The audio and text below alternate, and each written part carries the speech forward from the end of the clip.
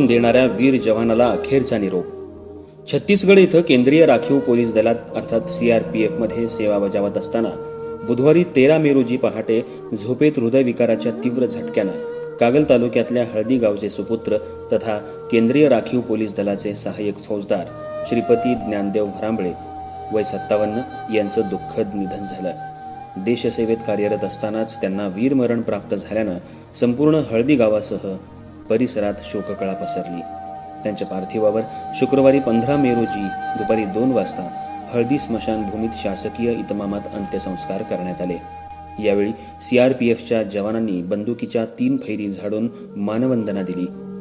शहीद जवान अमर रहे, भारत माता की जय या घोषणांनी संपूर्ण परिसर दुमदुमून गेला होता।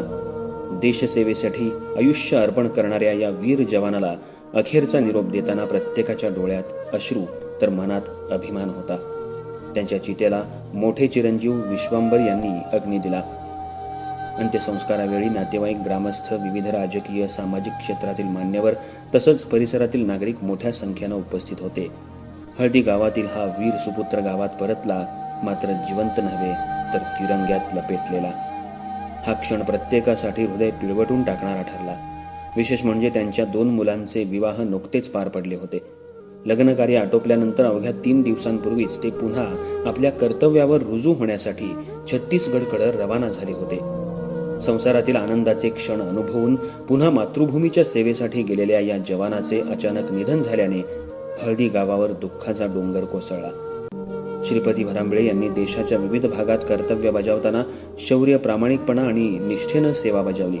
आपल्या कर्तव्यनिष्ठ स्वभावामुळे त्यांनी सहकाऱ्यांसह गावकऱ्यांच्या मनात वेगळं स्थान निर्माण केलं होतं। देशसेवेचा आदर्श घालून देणाऱ्या या वीर जवानाच्या निधनानं परिसरातून हळहळ व्यक्त होत असून त्यांच्या आठवणी कायम सर्वांच्या मनात जिवंत राहणार आहेत।